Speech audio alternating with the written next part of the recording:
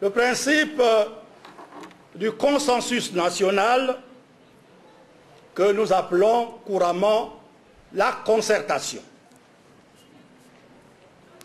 Du point de vue économique et social, le principe de la libre entreprise,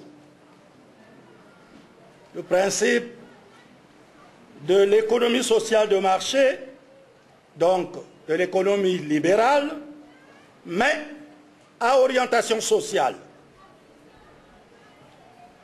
Comme vous savez, la social-démocratie est contre le capitalisme sauvage.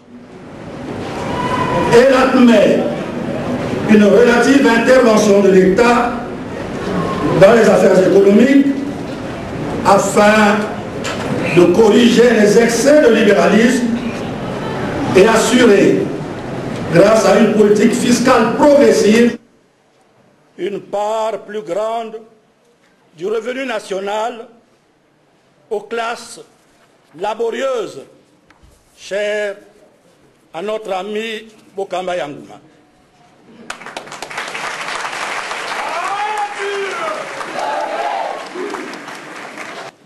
De solidarité qui entend gratuité de soins, assurance maladie, allocation chômage et j'en passe.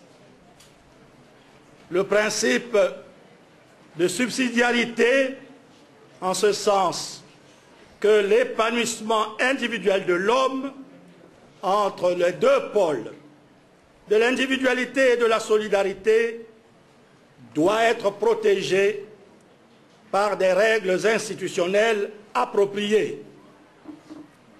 Le principe de la justice sociale basé sur une redistribution équitable du revenu national et naturellement des fruits de la croissance.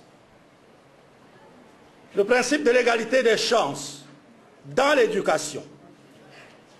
Le principe de la cogestion dans l'entreprise. Vu comme cela, la social-démocratie est-elle un choix pertinent pour notre parti, le RDD? Il convient d'indiquer de prime abord que notre choix de la social-démocratie comme doctrine politique repose sur notre volonté de bâtir une république du compromis social et du consensus national. Il demeure, chers compagnons, que notre lecture et notre choix restent d'actualité. En effet, le socialisme scientifique et le capitalisme libérateur ont montré leurs limites en ce début du XXIe siècle.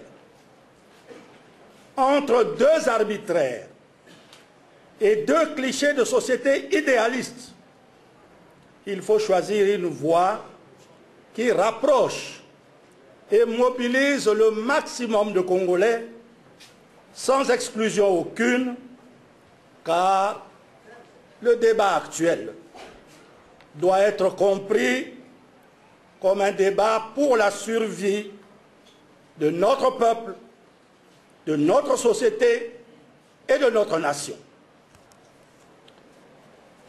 La social-démocratie est un système politique qui a pour vocation, au-delà de tout clivage inhérent au pluralisme politique, de négocier la participation de tous au projet de société qu'elle se propose de mettre en œuvre. Il s'agit donc d'instituer une chaîne de solidarité à l'échelle nationale entre les divers groupes sociaux, aujourd'hui frustrés et exclus du débat national. Aussi, affirmons-nous que le principe du consensus national, qui implique une participation populaire à l'effort de développement, trouve son application dans notre pays. D'ailleurs, les indicateurs sociologiques et économiques de notre pays confirment cette nécessité parce que les 30 dernières années ont connu l'émergence d'une société d'exclus, de marginaux, l'exode massif des populations des campagnes vers les villes, beaucoup d'émigrés vers l'Occident, la misère accrue, la régression sociale, bref, une société marquée par une pauvreté de masse. Ne dit-on pas que 70% de Congolais vivent au-dessous du seuil de pauvreté? Il s'agit donc pour nous de préconiser une démarche de rupture incarnée par la social-démocratie.